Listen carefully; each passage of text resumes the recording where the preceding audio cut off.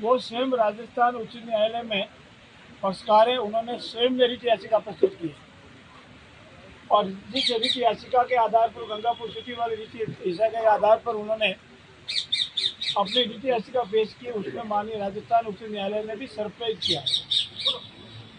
बिना सरकार से कोई जानकारी प्राप्त किए स्टेट वे वर्ड यूज किया। माननीय राजस्थान उच्च न्यायालय ने स्टेट वे रिट याचिका पेश करना किस तरह से ठीक है।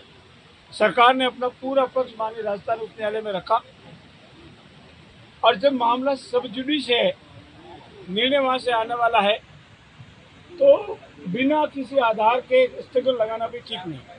दूसरा, कांग्रेस ने मेरे थोड़ा बहुत फर्क हो सकता, करीब 50 साल तक राजस्थान में राज किया होगा और पूरे 50 साल के कार्यकाल के दौरान या जो भी उपनिषद काल हुआ उनका, सिवाय एक जिले के कोई भी जिला नहीं बनाया। और भारतीय जनता पार्टी का सन 1990 से सन 1998 तक का जो कार्यकाल रहा, उसके अंदर 6 जिले बनाए। तो हमारे ऊपर आरोप लगाना कि जिले बनाना या नहीं बनाना, उन्होंने पूरे 50 साल में सिर्फ एक बनाया 84 में करौली, और हमने हमारे 91 से लगा करके 98 के बीच में और एक जिला 2000 प्रतापगढ़ 2008 में बनाया। तो जितने जिले बनाए वो जिले हमने बनाए। हमारा उद्देश्य जिले बनाने का है, राजनीतिक रोटियां सेकने का नहीं, वोटों की फसल काटने का नहीं है। और इन्होंने अभी हमारे यहाँ प्रतिपक्ष के साथी कह रहे थे कि पहली कैबिनेट में ही फैसला क्यों नहीं लिया। मैं एक आपकी मार्फत नम्रता से निवेदन करना चाहता हूँ, पूरे 4.5 साल तक किसका इंतजार करते रहे और कल आचार संहिता लगने वाली है, उसे एक दिन पहले जिलों की घोषणा करने के संबंध में उनका क्या जवाब है। 4.5 साल तक जिलों के बनाने या नहीं बनाने में किसी तरह का कोई कार्य नहीं किया और वोटों की फसल काटने के लिए, राजनीतिक लाभ के लिए, जनता पर अनावश्यक भार डालने के लिए, अनावश्यक प्रशासनिक व्यवस्था को बिगाड़ने के लिए बिना किसी आधार के जिलों की घोषणा की और उसकी समीक्षा हमने की। जो जिले ठीक पाए गए उनको रोका, जो ठीक पाए नहीं। दूसरा आरोप लगाया कि ये तो राजनीतिक क्षेत्र में रहने वाले सीनियर IAS ऑफिसर को बना दिया।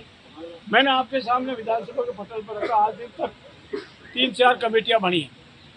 पहली कमेटी बनी कोठारी साहब वाली, उसको कोई विवाद नहीं। दूसरी कमेटी बनी परमेश चंद्र जी की, और तीसरी कमेटी बनी और चौथी बनी राम बुलैया जी की। इन चारों कमेटियों में अभी तो मान लो हमारे कमेटी का आधार मान लिया, लेकिन doctor Paramesh Chandra ji senior IAS की जो कमेटी बनी थी, उसने जो रिपोर्ट दी थी, हमारे जिले को रखने नहीं रखने में मुख्य आधार उसको भी लिया गया। इसलिए डॉक्टर के पवार की रिपोर्ट तो है ही, सीनियर IAS ऑफिसर है, लंबे समय तक राजस्थान के विभिन्न क्षेत्रों में रहे हैं, कलेक्टर रहे हैं, उच्च अधिकारी भी रहे हैं, और परमेश चंद्र जी भी लंबे समय तक कलेक्टर रहे, उच्च अधिकारी रहे। इन दोनों की रिपोर्टों को आधार बनाए। तीसरा, जिले बनाने से अगर इतने ही ठीक थे तो उनके कार्यकाल में सबसे अधिक एजिटेशन हुआ।